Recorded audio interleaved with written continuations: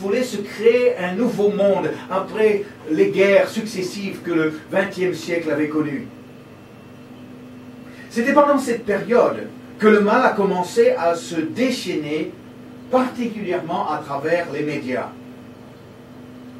En 1971, c'est loin maintenant, c'est vrai, mais c'est quand même une date qui était une date charnière dans l'industrie du film. Parce que cette année-là est sorti en salle un film qui a déclenché une ère nouvelle du mal. Le réalisateur de ce film était Stanley Kubrick. Et le nom de ce film, certains vont le connaître, L'Orange Mécanique.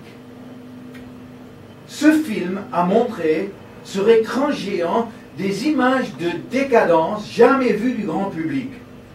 Des scènes de viol en réunion et des jeunes qui tuaient en riant. Et tout d'un coup, pour la première fois, le mal est devenu source d'amusement et de divertissement. Ce film a connu un immense succès au niveau du box-office. Et c'était à partir de ce moment-là que le mal est devenu une des sources principales de divertissement dans le monde entier. Et nous pouvons tracer tous les films d'épouvante, de fantastique, de violence, les jeux aussi, à cette période des années 70. Les enfants sont particulièrement ciblés, je dirais même la cible principale du mal à travers les médias et dans notre société.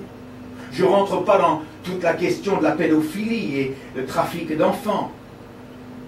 Ce n'était pas si longtemps que ça que dans les livres d'enfants, le mal était limité à une vieille sorcière avec un gros bouton sur son nez. Vous allez vous en souvenir.